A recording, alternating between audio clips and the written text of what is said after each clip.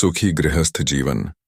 प्राचीन वेद पुराणों में मानव जीवन में पालन के लिए जिन 4 आश्रमों की व्यवस्था की गई थी वे हैं ब्रह्मचर्य आश्रम, गृहस्थ आश्रम, वानप्रस्थ आश्रम और संन्यास आश्रम। प्राचीन काल में इसी व्यवस्था के लिए बच्चों को गुरुकुल भेज दिया जाता था। वहां बच्चे ब्रह्मचर्य व्रत का पालन करके विद्या अध्ययन करते थे। फिर विद्या अध्ययन के पश्चात अपने माता पिता के पास आकर गृहस्थ आश्रम में आने के लिए विवाह संपन्न करते थे। विवाह करना आवश्यक क्यों है? जिस मनुष्य के मन में भोग इच्छा है या जो अपनी वंश परंपरा को आगे बढ़ाना चाहता है तो ऐसे व्यक्ति को विवाह करना चाहिए, क्योंकि गृहस्थ आश्रम ही सब आश्रमों का पालक है। मनुष्य शरीर और गृहस्थ आश्रम उद्धार करने का खास जरिया है। भोग भोगने और आराम करने के लिए यह मनुष्य शरीर नहीं है। प्राणी मात्र की हित की भावना रखते हुए गृहस्थ आश्रम में रहना चाहिए और अपनी शक्ति के अनुसार तन, मन, धन, बुद्धि आदि के द्वारा दूसरों को सुख पहुंचाना चाहिए। दूसरों की सुख सुविधा के लिए त्याग करना मनुष्यता है। इसी के साथ ईश्वर का सतत चिंतन मनन करने से मोक्ष की प्राप्ति होती है। वैदिक रीति से या समाज में मान्य अन्य रीति रिवाज से संपन्न विवाह की मान्यता समाज में होती है। भारतीय समाज में बिना विवाह संपन्न किए स्त्री पुरुष का साथ में रहना उचित नहीं माना जाता है।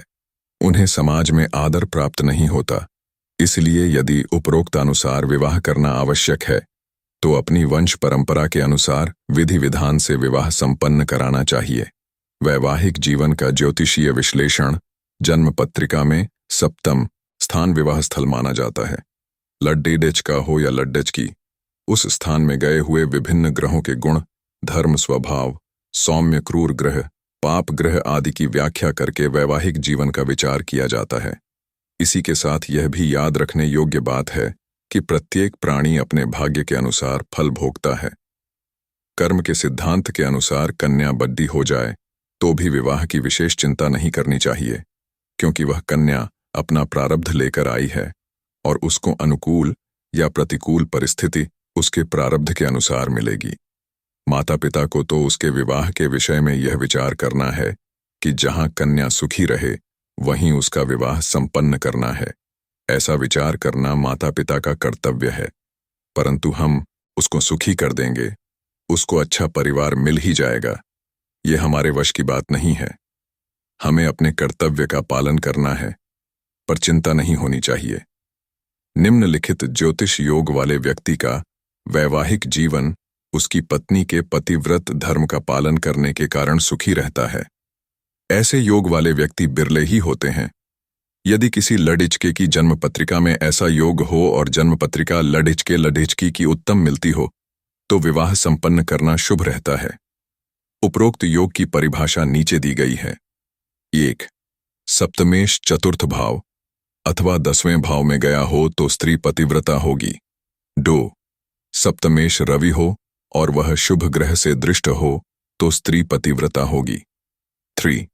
सप्तम भाव का स्वामी शुक्र हो और वह शुभ ग्रह से दृष्ट हो तो पतिव्रता स्त्री वाला होगा। सप्तम भाव में गुरु गया हो तो धर्मशीला और पतिव्रता स्त्री वाला होगा। निम्नलिखित योग में भी सुशील व धर्मशीला पत्नी मिलने की संभावना रहती है। 1. सप्तमेश अथवा सप्तम का कारक ग्रह शुक्र शुभ ग्रह से युक्त या दृष्ट हो या शुभ ग्रहों के मध्य गया हो तो अच्छी पत्नी मिलेगी। 2. सप्तम भाव में शुभ ग्रह की राशि हो तो अच्छी पत्नी मिलेगी। 3. सप्तम भाव को गुरु देखता हो तो सुशील पत्नी मिलेगी। ऐसे ग्रह योग आदि किसी कन्या की पत्रिका में हो तो उसे सद्मार्ग पर चलने वाला और एक पत्नी व्रतधारी पति मिलने की संभावना रहेगी। निम्नलिखित ग्रह योग हों और उक्त योग वाले ग्रह की महादशा या अंतर्दशा निकट भविष्य में आने वाली हो तो उक्त समय विवाह विच्छेद तलाक की संभावना रहती है। ऐसे ग्रह योग वाले नियम इस प्रकार हैं। सप्तमेश अष्टम में या अष्टमेश सप्तम में हो और उक्त सप्तमेश या अष्टमेश मार्केश की श्रेणी में आता हो या सप्तमेश क्रूर ग्रहों के मध्य पंचम या अन्य स्थान में हो तो ऐसे ग्रह योग के कुछ उदाहरण वास्तविक प्रकरणों द्वारा नीचे दिए जा रहे हैं। उदाहरण कुंडलीनम। 1. यह कुंडली एक कन्या जातक की है जिसका जन्म दिनांक 23/12/1971 जन्म लग्न कन्या एवं राशि कुंभ है। इस कन्या की पत्रिका में अष्टमेश मंगल सप्तम विवाह स्थान में बैठा है। मंगल के कारण विवाह विच्छेद हुआ। 1935 में विवाह हुआ। विवाह के 1 माह बाद से पति पत्नी विवाह विच्छेद की कानूनी लड़ाई लड़ते हुए लड़की ने तलाक ले ली है और दूसरा विवाह कर लिया है। उदाहरण कुंडली नम 2। इस महिला का जन्म दिनांक 16/8/1953 है। इनका जन्म लग्न कन्या एवं राशि तुला है। राशि से सप्तमेश मंगल एकादश स्थान में केतु एवं सूर्य बुध के साथ होने से सन 1922 औबुमसूके में विवाह विच्छेद हुआ, परंतु पति अपनी पत्नी का अभी भी भरण पोषण ठीक से कर रहे हैं। इनके पति का कर्क लग्न एवं मिथुन राशि है। राशि से सप्तमेश गुरु अष्टम स्थान में पंचमेश के साथ है। पति ने दूसरा विवाह कर लिया है।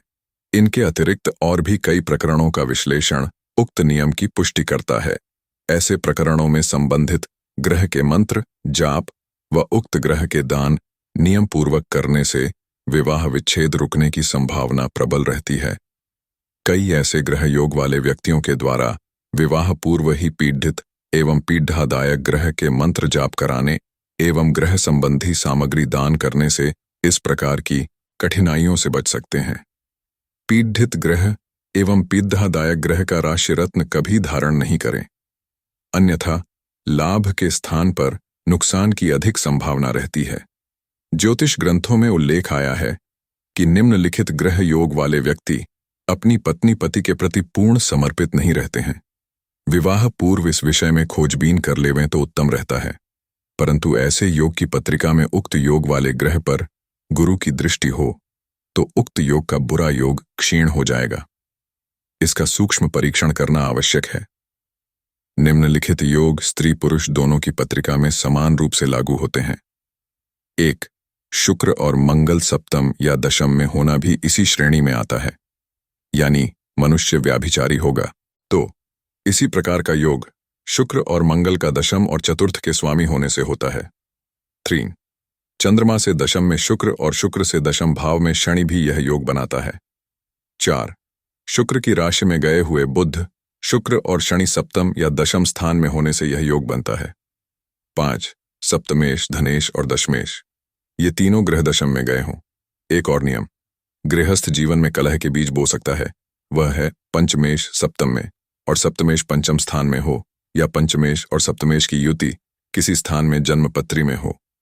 पंचम स्थान प्रेम संबंध प्रणय संबंध का है, अतः इसका स्वामी सप्तमेश विवाह स्थान के स्वामी से स्थान परिवर्तन करता है तो प्रेम विवाह की प्रबल संभावना रहती है।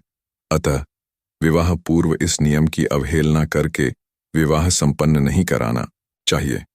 माता पिता योग्य ज्योतिषी से कन्यावर की जन्म पत्रिका परीक्षण कराकर ही निर्णय लें। उदाहरण कुंडली नम 3। प्रसिद्ध फिल्म स्टार माननीय श्री राजेश खन्ना का जन्म दिनांक 29/12/42 है और उसका मिथुन लग्न एवं सिंह राशि है। लग्न से पंचमेश शुक्र सप्तम में बुध और सूर्य के साथ होने से प्रेम विवाह तो हुआ, परंतु सफल नहीं हुआ। सप्तम में बुध सूर्य तलाक कराने में जिम्मेदार है।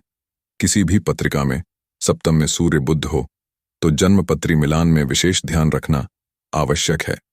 उदाहरण कुंडली नम चोर सुनील गावस्कर प्रसिद्ध क्रिकेट खिलाड़ी की जन्म दिनांक 10/7/39 है। मकर लग्न एवं धनु राशि है, पंचमेश शुक्र सप्तम में है। इस कारण प्रेम विवाह संपन्न हुआ। अपने बच्चों को गृहस्थ जीवन में प्रवेश होने के पूर्व उनकी जन्म पत्रिका का परीक्षण योग्य ज्योतिषी से अवश्य करा लें। धार्मिक और सामाजिक दृष्टि से विवाह मानव जीवन का एक महत्वपूर्ण अनुष्ठान है और वर कन्या के परिणय सूत्र में बंधने से चहुमुखी प्रगति व स्थिरता की प्राप्ति होती है। अतः गहन विचार के पश्चात ही वर कन्या को परिणय सूत्र में बांधेंगे। गृहस्थ जीवन मोक्ष प्राप्ति की सीर ही है।